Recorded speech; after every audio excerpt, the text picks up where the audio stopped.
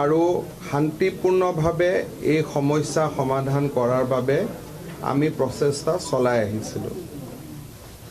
মিজোৰামৰ মুখ্যমন্ত্ৰী জোৰামথাংগা ডাঙৰীয়াক মই নিজে শপত গ্ৰহণ কৰাৰ পিছতে মই তেখেতক টেলিফোন কৰিছিলোঁ আৰু মই তেখেতক কৈছিলোঁ যে অসম আৰু মিজোৰাম আমি সীমান্তৱৰ্তী ৰাজ্য, আমাৰ মাজত এটা বন্ধুত্বপূৰ্ণ সম্পৰ্ক আছে আৰু এই বন্ধুত্বপূৰ্ণ সম্পৰ্ক আমি অব্যাহত ৰখাৰ প্ৰয়োজন যাতে দুয়োখন ৰাজ্যতে উন্নয়ন আৰু বিকাশ হ'ব পাৰে। তেখেতক মই প্ৰস্তাৱ দিছিলোঁ যে আমাৰ চৰকাৰে শপত গ্ৰহণ কৰাৰ দিনাখন যিটো অসমৰ সীমা আছে সেই সীমাক আমি ছেটেলাইট দি ফটোগ্ৰাফি কৰিম আৰু সেই ফটোগ্ৰাফিত যি ধৰণৰ ষ্টেটাছটো আহে তেনেকুৱা ধৰণৰ ষ্টেটাছটো আমি মিজোৰামৰ মুখ্যমন্ত্ৰী ডাঙৰীয়াই মোক পত্ৰ লিখি জনাইছিলে যে এই কথাত তেখেতৰ কোনো আপত্তি নাই আৰু মুখ্য সচিব পৰ্যায়ৰ বৈঠকৰ তেওঁ পোষকতা কৰিছিল।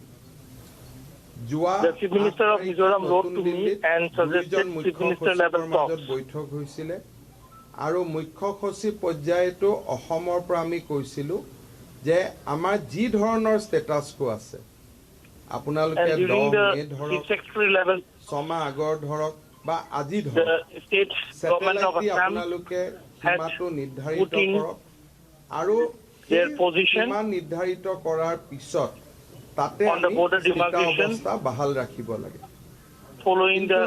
সিদিনাখন মিজোৰামৰ মুখ্য সচিবে কথাত সন্মতি হ'বলৈ অস্বীকাৰ কৰে আৰু তেখেতসকলে সেই মেমৰেণ্ডাম অফ আণ্ডাৰষ্টেণ্ডিং যিখন ড্ৰাফ্ট কৰা হৈছিল তাত তেওঁলোকে সহি পৰৱৰ্তী পৰ্যায়ত হাইলাকান্দি, কৰিমগঞ্জ আৰু শিলচৰৰ বিভিন্ন জাগাত আকৌ নতুন কৰি মিজোৰামৰ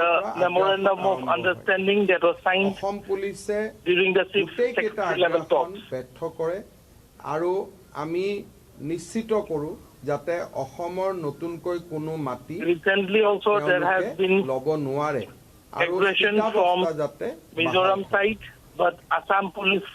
যোৱা এমাহ ধৰি বৰাক উপত্যকাৰ কৰিমগঞ্জ, হাইলাকান্দি আৰু শিলচৰত এই ধৰণৰ ঘটনা ঘটি আছে আৰু বিভিন্ন পৰ্যায়ত ব্যৱস্থা লৈ থকা হৈছিলে যাতে অসমৰ সীমা সুৰক্ষিত হৈ থাকে আৰু প্ৰতিদিনেই আমি মিজোৰামৰ লগত কথা বতৰা পাতি আছিলোঁ। 25 তাৰিখে শিলচৰে আমাক এটা ৰিপৰ্ট দিয়ে ইনাৰ লাইন ফৰেষ্ট আছে, সেই ফৰেষ্টৰ ভিতৰত নতুনকৈ এটা ৰাস্তা বনাবৰ কাৰণে আৰম্ভ কৰে।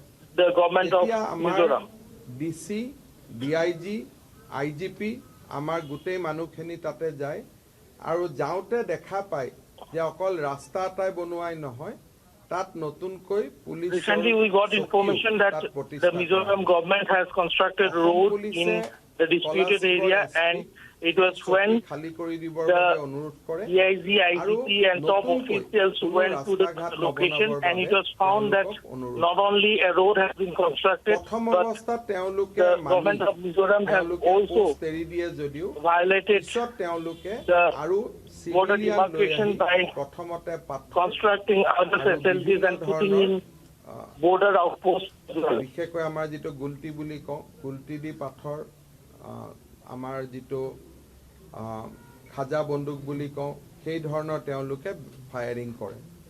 তেতিয়া আমাৰ IGPয়ে কলাশিবৰ SPক মাতি আনি সেই top level officials were there in the spot আলোচনা কৰোঁ যে from the other side of the border আৰু এই various firearms নতুনকৈ আহিছে এই পোষ্টৰ কোনো প্ৰয়োজনীয়তা heavy firing আৰু শান্তিপূৰ্ণভাৱে এই সমস্যাৰ আমি সমাধান কৰিব লাগে। the IGP যেতিয়া SP আৰু DIGৰ মিটিং চলি আছে decided to retaliate. তেওঁলোকে পজিশন লৈ আছিল আৰু পাহাৰৰ ওপৰৰ পৰা প্ৰায় আধা ঘণ্টাতকৈ বেছি সময় the DIG and IG level officers were meeting there along the border আৰু সেই ধৰণৰ ফায়াৰিং সাধাৰণতে personnel of নহয় Mizoram police যদি সীমান্ত who had taken position লগত হয় বেলেগ কথা in the hills nearby যে continuous firing for 30 started to 35 minutes continuous firing for around 30 to 35 minutes 42 জন অসম আৰক্ষীৰ ব্যক্তি আৰু জোৱান আহত হয় including in that firing around 42 Jawans and personnel of the Assam police sustained injuries. Medical কলেজলৈকে তেওঁলোকক লৈ অহাৰ পিছত আমাৰ All the injured were brought to the Silchar Medical College Hospital. Sopon Kumar Roy, ABC Liton Sukloboddo, Constable Samsud Jaman Borbhuya, Constable Morjul Haq Borbhuya, আৰু Constable Nazmul Hussein এখেতসকলে মৃত্যুবৰণ কৰে And 5 police personnel of the Assam police succumbed to their injuries at the Silchar Medical College Hospital. মিজোৰামৰ মুখ্যমন্ত্ৰীৰ লগত কালি দিনত মই 6 বাৰ টেলিফোনত কথা পাতি আছিলোঁ মই তেওঁৰ When the firing was happening along the border, আৰু ভাৰতৰ গৃহমন্ত্ৰী সেই সময়ত 2-3 বাৰ কৈ the Chief Minister of Mizoram phone কৰি আছে for 6 times in a row, টেলিফোনত কথা হওঁতেও and the Indian Home Minister also প্ৰস্তাৱ দিলে intervened. যে আপুনি আইজললৈকে আহক আৰু আমি ষ্টেটাছ কোৰ কাৰণে আমি এখন এগ্ৰিমেণ্ট কৰিম মই জুৰাম থাঙ্গা ডাঙৰীয়াক ক'লো যে the telephonic conversation, লাগিলে মই অহা কালি গুচি যাম অসমে শান্তি the Minister of Mizoram, Joram Thanga, আপুনি যি ধৰণে invited me to Aizawl এটা নিৰ্ধাৰিত ঠিক কৰি লওক যে আজিৰ সীমা to sign an agreement to maintain a status quo.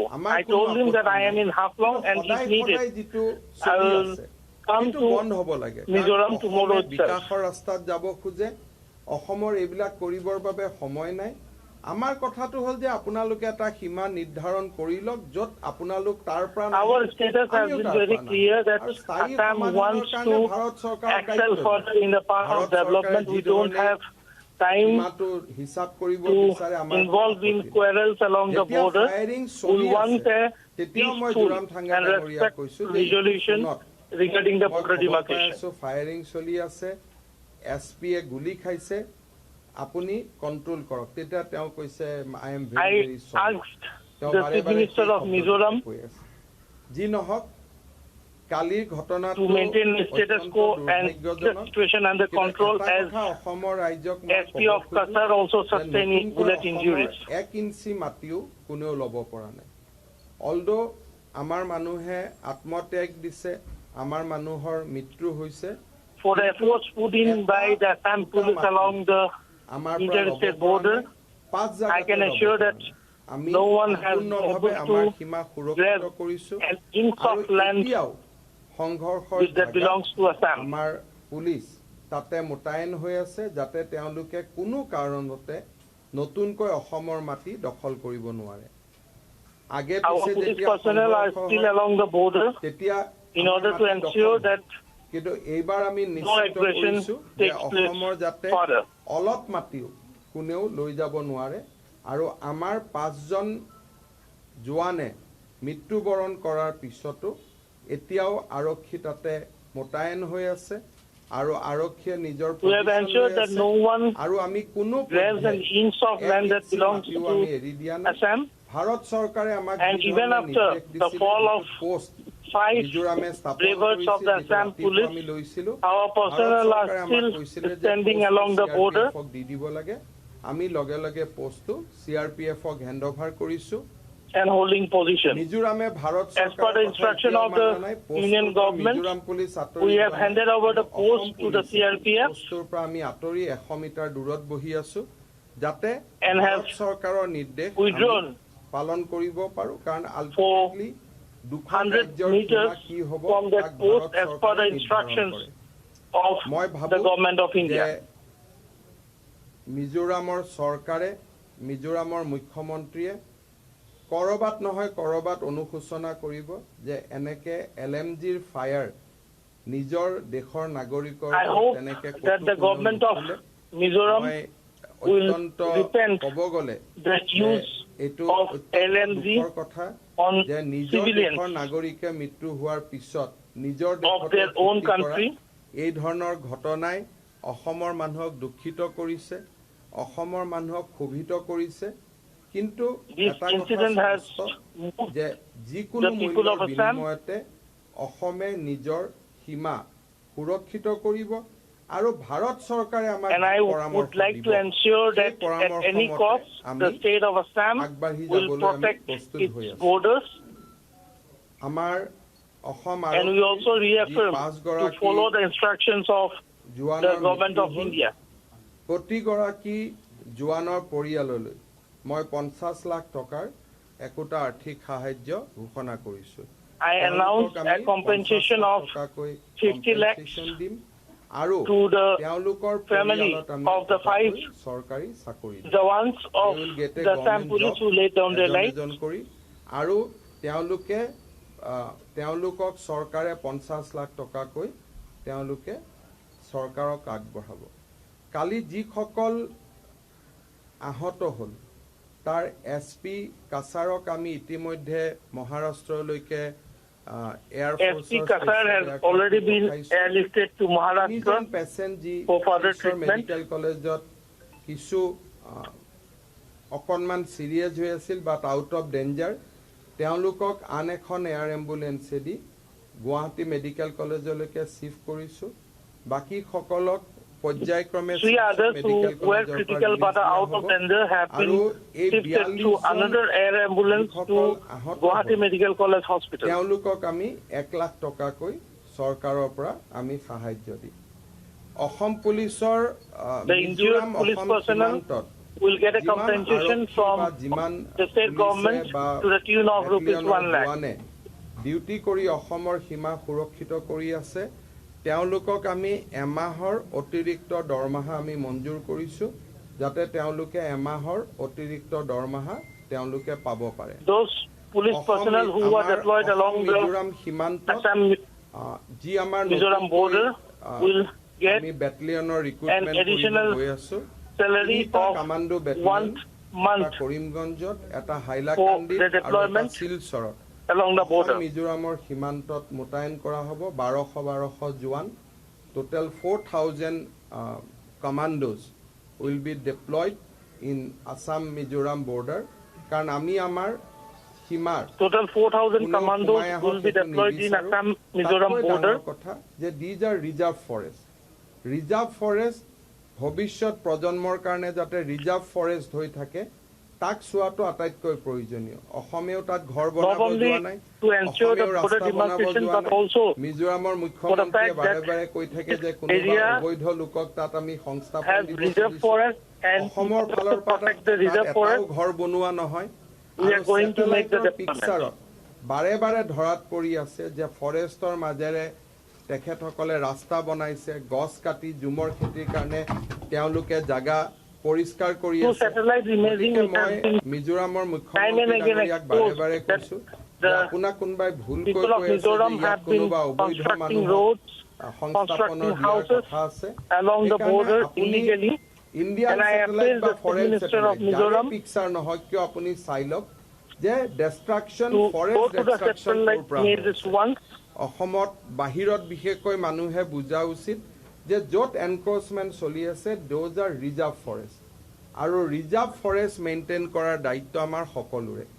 আমি এই ৰিজাৰ্ভ ফৰেষ্ট কেইখন যাতে মেইনটেইন হয় আৰু অসম মিজোৰাম সীমান্তত যাতে শান্তি অৱস্থা বাহাল থাকে, ষ্টেটাছটো যাতে কোনেও পৰিৱৰ্তন কৰিব নোৱাৰে। Assam government has also decided to move Supreme Court of India with a suit যে ইয়াতে আপোনালোকে এই গোটেই বিবাদটোৰ ওপৰত যাতে ফৰেষ্ট ডিষ্ট্ৰাকশ্যন নহয়, ৰিজাৰ্ভ ফৰেষ্ট যাতে কোনেও সুপ্ৰিম কোৰ্টলৈকেও যোৱাৰ বাবে আমি সিদ্ধান্ত লৈছো।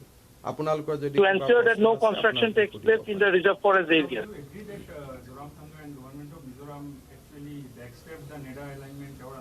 Look, this is not a political issue. I don't know why people are bringing NEDA and other things.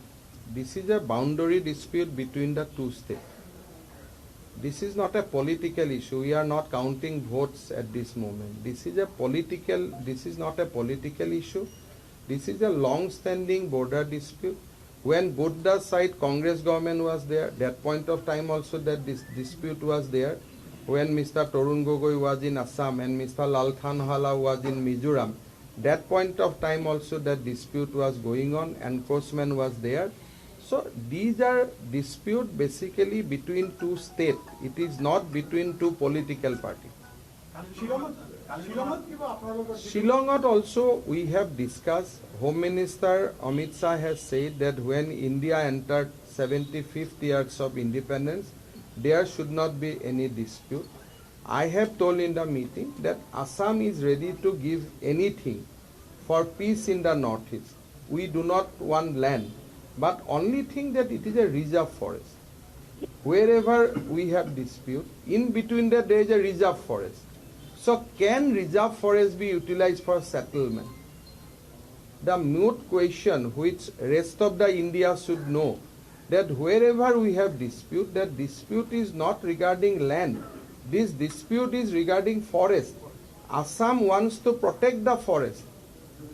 So Assam is not organizing any settlement.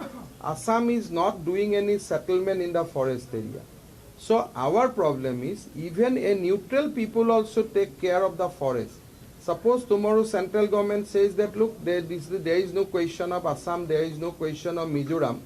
The forest department of government of India will take care of forest. We are fine because for Assam we do not want any settlement inside forest. So I told in the Shillong meeting that these are the forests. So Assam is doing a responsibility for mankind by protecting our forests. So now from Assam side there is no construction. The question is in reserve forest, how can one do construction? And that to fresh construction. The economic blockade would, No, why will do economic blockade? Rather, I have ordered security for the people of Mizoram, whoever they are in Assam. Assam doesn't believe in this economic blockade on all. Assam doesn't believe in taking revenge. Only thing that whatever may be the provocation will be there. Will not give our land. But beyond that, we have no fight with Mizo people. Why we should have fight? So many students are studying in Assam college. So that is, we have no, this is not a fight between Assamese Mizo, Bengali Mizo, Muslim Mizo, Hindu Mizo. This is not that fight. This is a fight for protecting our forest. This is whole about inner line forest. You remember that last time also 2 LP school was bombed.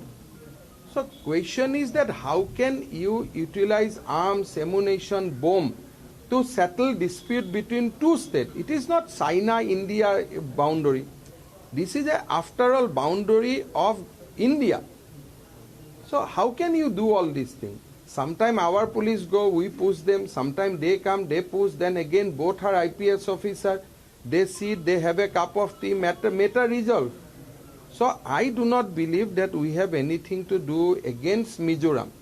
We are not for kind of economic blockade and all these things. Only thing that we may die, we will fight, but we are not going to encroach an inch of land from Mizoram.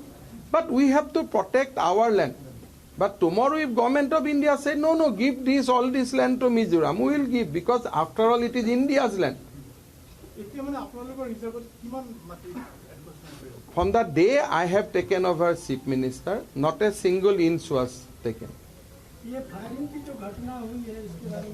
नहीं वही है firing का जो घटना हुआ वो असम का सीमा में हुआ है तो असम पुलिस को इसको इन्वेस्टिगेट करना पड़ेगा असम पुलिस को केस रजिस्टर करना पड़ेगा बिकॉज जहां में इंसिडेंट हुआ है फायरिंग हुआ है काफी सिविलियन लोग इसमें इन्वॉल्व है वो सिविलियन लोग को आर्म्स कहाँ से मिला सो जब थोड़ा सा ठीक हो जाएगा हम लोग को इन्वेस्टिगेट करना पड़ेगा because this is with in Assam boundary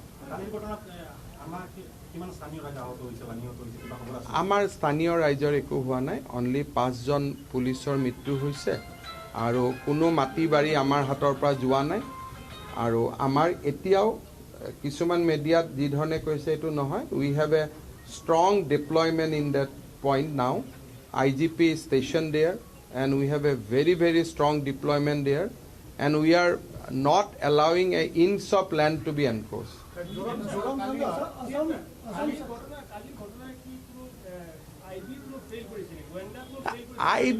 আইবিৰ issue নহয় এইটো ঘটনাটোতো এইটোৱে যে দেয়াৰ ৱাজ এ প্ৰভোকেশ্যন নাও প্ৰভোকেশ্যনটো কিহৰ কাৰণে হৈ আছে চ' উই হেভ ফটোগ্ৰাফ অফ মেনি পিপল যে তাতে চিভিলিয়ানৰ হাতত আৰ্মছ আছে চ' এতিয়া মইতো অসমৰ চিভিলিয়ানৰ হাতত আৰ্মছ দিব নোৱাৰোঁ আই কেনট ডু দিছ চাওক মাটিটো তেখেতসকলৰ হয়নে নহয় মাটিটো তেখেতসকলৰ হয়নে নহয় সেই ডিটাৰমাইনটো কেনেকৈ কৰে সংবিধানে কৈছে যিদিনাখন যেতিয়া মিজোৰাম ষ্টেট হৈছিলে তাত কোৱা হৈছিলে যেতিয়া when they become union territory and they become state তেতিয়া দুইবাৰে কোৱা হৈছিল যে মিজোৰামৰ হাতত যিখিনি মাটি আছে সেইখিনি লৈ ষ্টেট হ'ব এটা তেওঁলোকে কৈ আছে যে অন 1880 এইখিনি আমাৰ মাটি আছিলে চ' এতিয়া সেইটোতো হ'ব নোৱাৰে না যি হিচাপ হ'ব 72ৰ পৰা হ'ব আগততো গোটেইবিলাক অসমৰে মাটি আছিল ডেট ৱাজ আছাম অনলি চ' যেতিয়া দেশ ৰাজ্য দুখনৰ ভাগ বতৰা হয় মই যিখিনি এৰি দিম সেইখিনিয়ে তেওঁলোকৰ সীমা আগত যি মাটি আছিল prior to 1972, all this portion belongs to the fighting against and this after is again a wrong conception. There is no Bangladeshi in that inner line forest because Assam, if there is any Bangladeshi there, not even Bangladeshi, even there is a residence of chief minister, I am going to evict that because that is a reserve forest. If they give us photograph that within the reserve forest there is any settlement, we are going to evict that. But problem is that in reserve forest, neither of the state can have settlement. That is the law of this land. Huh?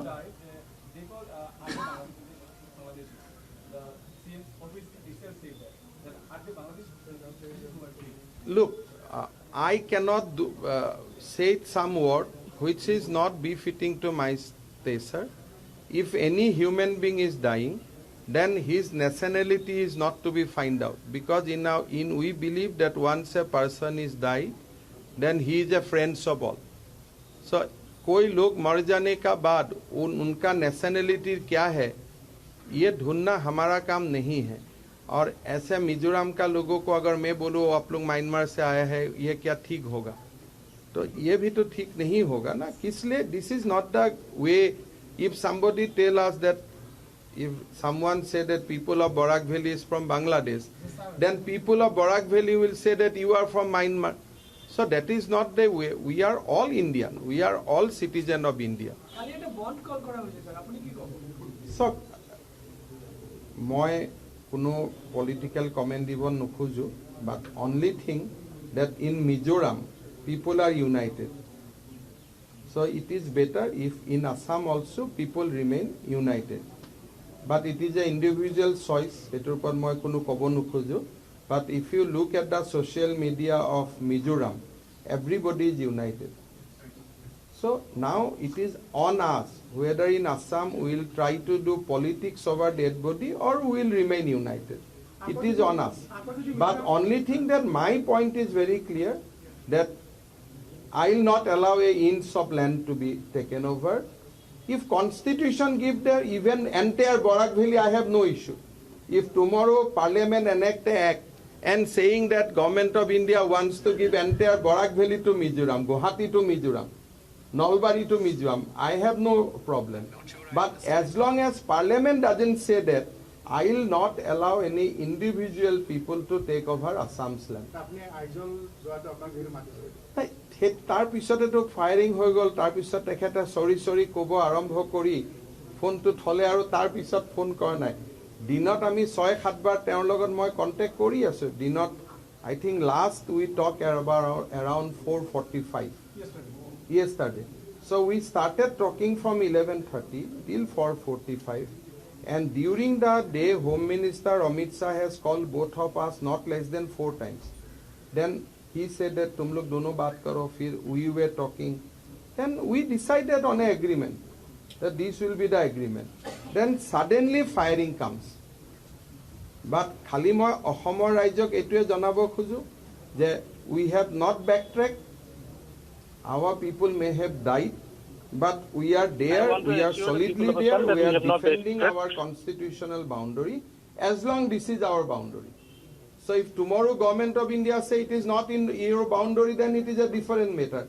But as long as it is our boundary, this is our duty to defend it, more so when it is a reserve forest.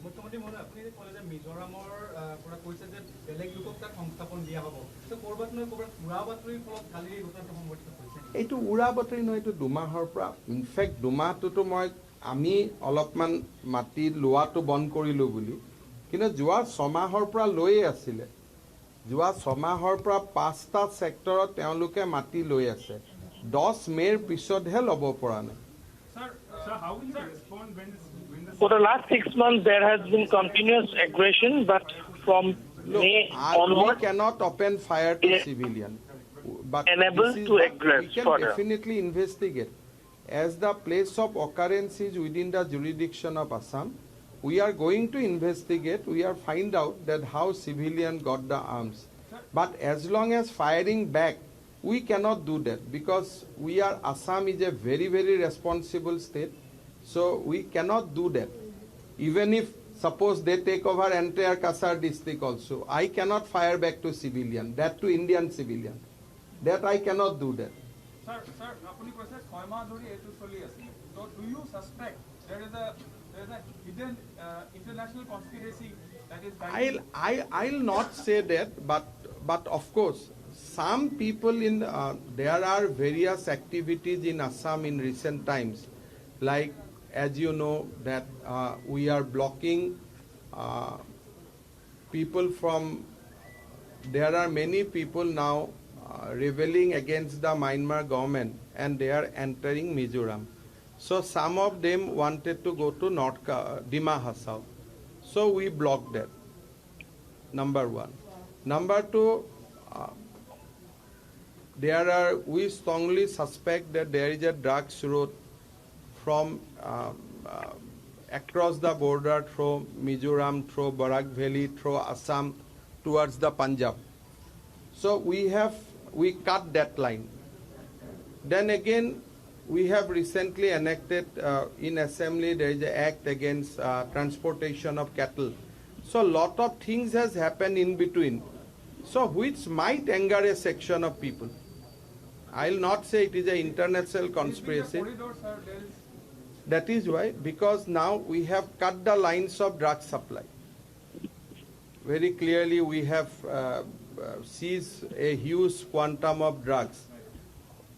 Origin was from the border of India via Mizoram, Barak Valley, Assam, like that. Even in Myanmar, even in through Manipur, you know that this is a trade route. So there is a lot of vigilance activity. Eitu rasta di jate drugs na jai. Then ban on transportation of cattle is also a question. Tate kisuman manhok hetu loi olopman.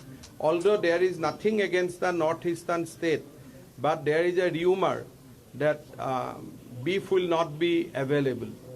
So eitu rumor eta side ot choli ase. Drugsor kothato choli ase. Jibilak Myanmar pra Mizoramot pray 10,000 manu somaise teolukor kisumane Dima Hasao leke jabo khuji ase, ami jabo dia nai. So in last 1.5-2 months, there are certain developments which might anger certain non-state actors. That also I told Mizoram Chief Minister when I met him in Mizoram. I clarified him that in our bill there is nothing against Mizoram. You can take whatever quantity by issuing a valid permit. So far as drugs is concerned, we want your support. And so far as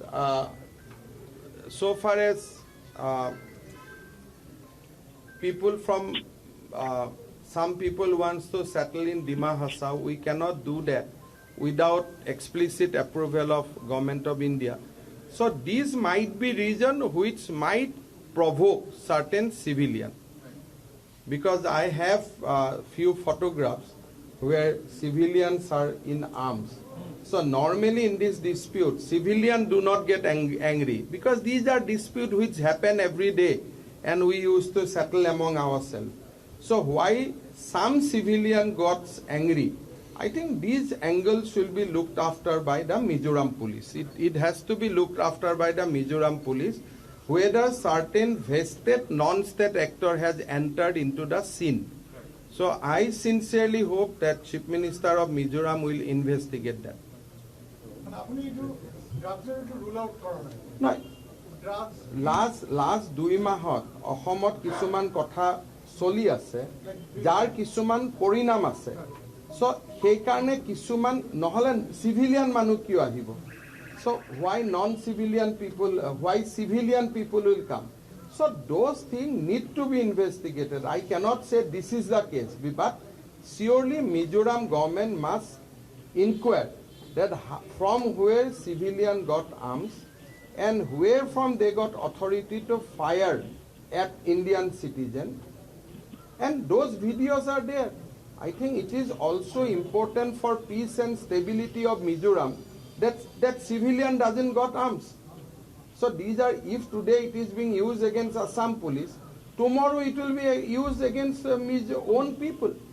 So it is important for the government of Mizoram to investigate that how civilian got arms. It is not for me, because my job is limited. If you come here, we will arrest you. Or if you want to encroach the land, we will not allow you to do that. That too matter is over. But so far as Mizoram's own internal equation is concerned, if there are people, civilian with arms, then that society will be destabilized. I think that Mizoram government need to look into. Because they were in fatigue, they were in bulletproof, they are with sniper rifles. So these are very big issues. No, you do not make this Mizoram Assam things to China. Do not take that level. Do not create that kind of things that will only create people will laugh at us that there is a dispute in this for forest post and you are bringing China and everybody. So do not make us at this time of tragedy. Do not make us laughing stock. No? No, Home Minister is concerned. From today morning also he is calling me 4 or 5 times. So he is very much concerned and he is trying to talk both the state government, and I think tomorrow Union Home Secretary has summoned DGP and Chief Secretary of both the states. Hali etai kotha Ohomor raijok moi janabo khoisu je amar ek tukura matiও কোনো লব পৰা নাই. I want to ensure that people understand that not an inch of Assam's land has been encroached. At least 15-16টা এনেকুৱা ঘটনা ঘটি গৈছে, but without firing. But আমি আমাৰ মাটি এটুকুৰাও 10 মেৰ পিছত কাকু লব. Earlier also such aggression has taken place without the use of firearms, but not an inch of land that belongs to Assam has been encroached. So I am leaving it to their wisdom. মোৰ কাম হল যে মোৰ মানুহে মৰিব কিন্তু মোৰ মাটি মই লব নিদিও, and I am doing that. Mizorame ki nokore ki koribo, I am leaving it to their conscience, their wisdom. My stand is very clear that I will not give an inch of land that belongs to the state. Whatever the Mizoram government does, there are some tension everywhere, but these tensions are under control. Tensions are obviously there. Police has been deployed, and there is a reinforcement from Guwahati. So police has been adequately deployed, and we have not lost any land.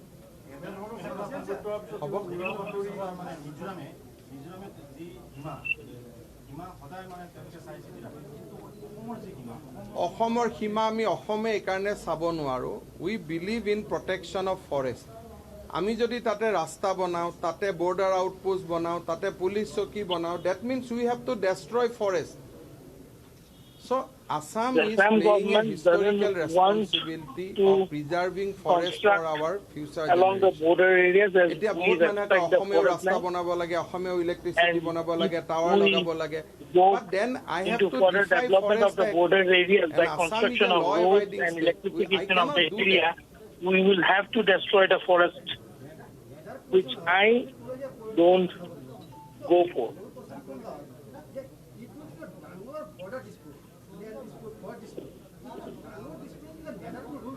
নেদাই কেনেকে roll কৰিব নে আপুনি চাওক কংগ্ৰেছে 50 বছৰ শাসনত আছিল দুইটা ফালে কংগ্ৰেছ আছিল তো কংগ্ৰেছে সেটেল কৰিব পাৰিছিল নেকি politics is in a different level পলিটিক্সত হয় এমএনএফ কংগ্ৰেছৰ এগেইনষ্টত ফাইট কৰে on both sides তেতিয়া NEDA it was the Congress আমি government who was in কংগ্ৰেছৰ power. এগেইনষ্টত ফাইট কৰোঁ তেতিয়া নেদা আহে কিন্তু দুইখন ষ্টেটৰ ফাইট হলেতো তাত কংগ্ৰেছ বিজেপিটো নহয় From the It is NEDA a fight recently, between two states.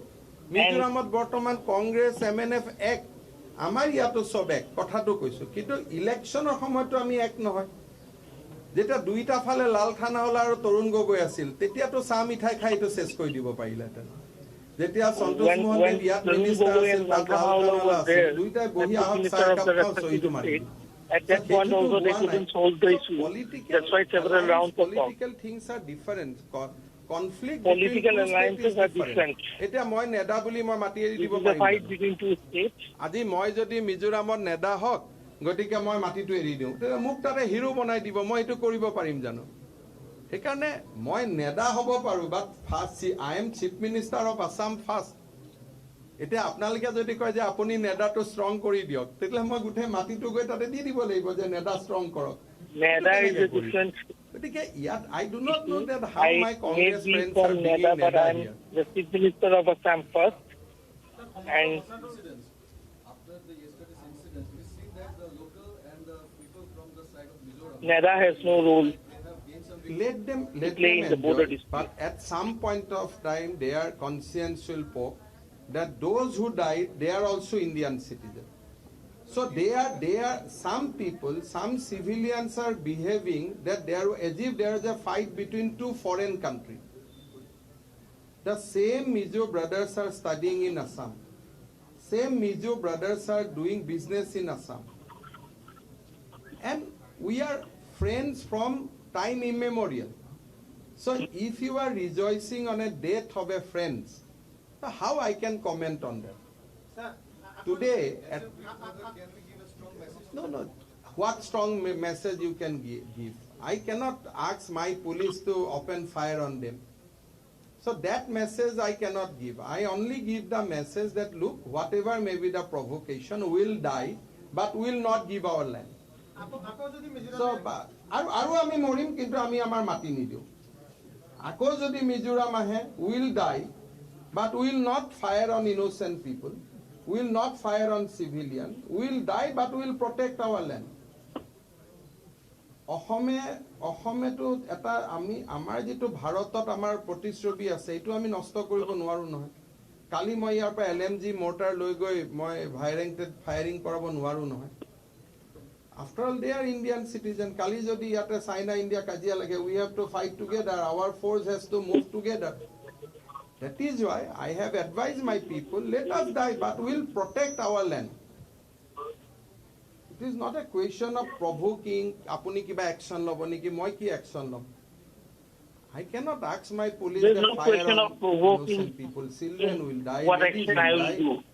So tomorrow people will say that, okay, let other behave that way. But how Assam can behave in this fashion? Assam is a huge responsible state. So I am doing my big brother role the way I am doing it. That yes, I might die you, my people might be get killed. I am protecting my land, but I am not firing back at you. This is how I am sending the message that even at the provocation, today I have asked my police to give security to every Mizo people living in Assam. Because we don't want to bring that fight to the innocent level, innocent people level. I cannot do that. But yes, I am not going to leave an inch of my land. Our people will die, will die. But will not allow our land to be encroached. And we have not allowed our land to be encroached. Eta kunbai kobo pare je অসমে action নললে কিয় action means কি যে অসমে fire খুলিব লাগিছে এটো তো হ'ব নোৱাৰে we cannot kill innocent people Someone might say that why Assam didn't react. That means Assam will have to fire, but that cannot happen because we cannot fire upon innocent civilians. But we will not allow our land to be encroached. এটা সেই বুলি আমি তাতে বন্দুক খুলিবটো আমি নোৱাৰো নহয় I think I have given same question is repetition is on. Sir, kindly inform now commando deployment you said. Four forces commando. Three battalion of commando will be deployed in Assam Mizoram border. So we are just in the process of doing that. So entire Mizoram, Karimganj and Silchar border, we are going to raise 3 commando battalion. 3 battalion will post here, so that 3,000 police will be there, but we will not go in their territory. That will be within our territory. We are going to protect our territory. Sir, you say civil government you will act on central government election, and you also say that Amit Shah ji called what the same. Look, I have already said that he say me sorry. Amit Shah ji has told me the same thing, that please see that no civilian casualty is there. Please see there is no tension. Because there is nothing to say, no land has been taken from us. So those things is never been the question, because we have not allowed our land to be taken over like earlier. So today we are firmly on our land, we are protecting our land. There was a fight for a post. So Amit Shah ji has told me that give that post to CRPF. I said fine, take the post. These will not happen. What kind of final meeting? There is no final things. These will go on till mindset change. Unless people develop a respect for forest, this will go on. Sir, just one clarification. When you say civilians, innocent civilians, you of course don't mean the civilians holding arms and firing at our officers. No. Even if some civilian hold arms, we have to try him through the law, because they are Indian citizen, and without trial I cannot open fire. So that is not one law will permit me. If tomorrow on the video that comes that Assam police is firing at some innocent people and some people file high court, we have to reply. The way now Mizoram has to reply when we are going to file that petition in Supreme Court. So my point is very clear. We will die, but we will protect our land. And Assam will not launch counter-attack. That is not in our DNA. Assam will not launch counter-attack. We will sit down in the border, we will die, but we will protect our boundary. But whatever may be the provocation, we will not attack somebody who belongs to our same country.